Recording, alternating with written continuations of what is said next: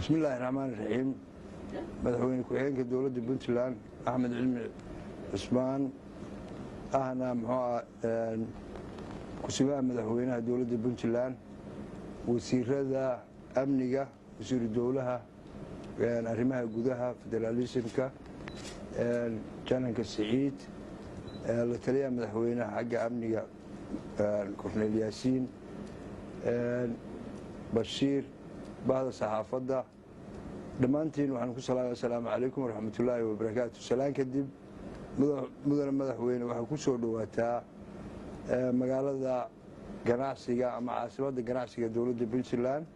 بوصاصو أنا حرونت قبل كبري واحد ما أنت لسكو ستي أديكم محوا هذه روبك عامية وبنتلان بدن كي وكدعي لكن مالن لبي توانك ساعة نصور لافي iyo 6 saac oo xalay ah aan boosaaso ilaa armo aan roob ka qaadin oo aan qorax la arag taasina waxa weeye waa inaynu ilaahay ugu shukrin naqno barwaaqada uu insiiyay waxyeelooyinka yaryar ee maxaa ahaydey roobkaas uu keenana sabr aynu u muujino wixii ka maxaa ahaydey inaka gaara ilaahayna waa ka kabanaynaa meelo badan oo gobolka bari hadeer laga wareegayo baabuurtii muxuu ahaydey wadada ay ka laaxanayso waa jiraan laakiin waxaan u arkaa inaynu wax badan ahayno aanu ka kaban karo deeqda ilaahayna aan mudan tahay amaba ay tahay inaan muxuu ahaydey ugu shukrin naqlo madaxweyne ku-xigeenku halkan wuxuu ku yimi safar shaqo gaaban oo waqti kooban insha Allah qaadan doonta ujeedooyinku u yimi muxuu isaga muxuu ahaydey noo sheegi doona laakiin intaan ka ogahay kullay waa safar shaqo gaaban oo muxuu ahaydey halka ku soo gaaray waana markii ugu horeysay runtii uu yimaado intii la doortay markii ugu horeysay weeye isagii iyo saraakiisha iyo wasiirada la socdo qaybtood jidka ku soo jiraan runtii waxay la kulmeen xilli farxad badan oo muxuu ahaydey madarka ilaahay uu meel walba biyo ay soconayaan xilligan oo kale oo aan looga baran muxuu ahaydey qabow iyo qofka jiirkiisu inuu dareemo dhaxan laakiin ilaah baa gartay muxuu ahaydey boosano u gartay oo dee muddooyinkan juun haddii la gaaro kulku xadlaaf ahaan lahaa intaa haddaan idhaahdo mar kale waxaan leeyahay madaxweyne soo dhawow waa magaaladii boosood caasimadii ganacsiga puntland xarunta gobolka bari mar kale ku soo dhawow intaa haddaan waxaan jeclahay inaan ku soo dhaweeyo wasiirka wasaaradda amniga masar gallan si ugu soo dhaweeyo madaxweynaha bismillaah alxamdulilaah waxaanu joognaa caasimadii ganacsiga ee puntland ahna caasimadda gobolka bari magaalada boosaaso waxaanu ku soo dhoweynay magaalada sida uu gudoomiyuhu hadeer ka hadlay madaxweyne ku-xigeenka dowladda puntland ahna kusimaha madaxweynaha dowladda puntland mudane axmed cilmi cismaan waxaan leenahay mudan madaxweyne ku soo dhowow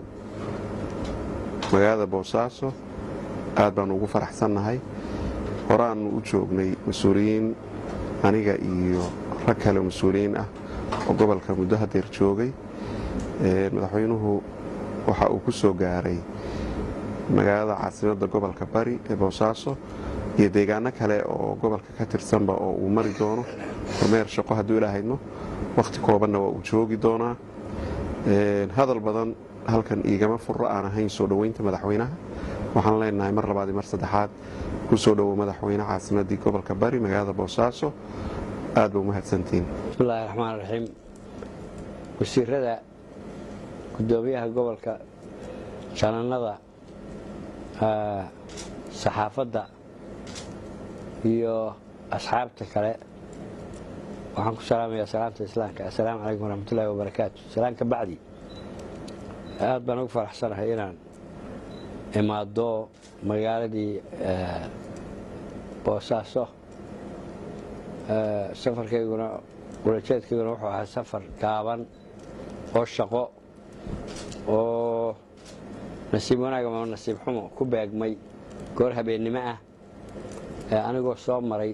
degmooyin kale oo bariga ka kooban iyo karkaarba marka sidaa uu gudoomiyuhu idiin sheegay ama wasiirku idiin sheegay waqti yar baan joogi doonaa haddii alla yidhi waana ka xumahay inaan boosaaso oo magaalooyinka caasimadda dhaqaalaha ama magaalooyinka ugu badnaa aan saaxiibka la ahaa oo muddo badan aan kana shaqaynayay joogayna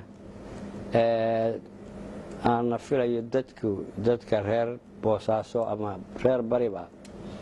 inay ifilayeen oo aad ii tamaniyayeen anigoo sidii ku soo galay si yaroo degdega waa ka cudur daaranayaa insha allah wakti maxay tahay meelaysan oo baan soo sheegi doonaa waana iman doonaa waxaan noo malanayaa inay booqashadeeda u horeysa ofishalka ay noqon doonto waxay kaloo nasiib u yeelatay waa markii ugu horreysay sidii lay doortay aan dee safarba u baxo marka ofishal ha ahaato ama in ha ahaato kayra ofishale iyadaaba nasiib u yeelatay inaan u soo dusay oo aan maxay tahay aan safarkii ugu horreeyay nasiib u yeelatay inaan tago marka dadka reer boosaaso iyo reer bariga aad iyo aad baan u salaamayaa waxaan ballan qaadaya haddii alla yidhi inaan si weyn ama mugle u imaado ballantaa naga dhexaysay waa ku ballansanayaan waana igu lahaayeen runtii marka aad iyo aad baad u mahadsantihiin shaqooyinka aanu maxay tahay waxna waa qabsannay waxna waa noo dhiman yihiin waa idin salaamayaa waxaan ku faraxsanahay sidaa la sheegay raxmadda oo inaan camimtay oo boosaaso aanay wakhtiyadan heli jirinna ay heshay waa nasiibada ka badh marka waad mahadsantihiin wasalaamu calaykum waraxmatullahi wabarakaatu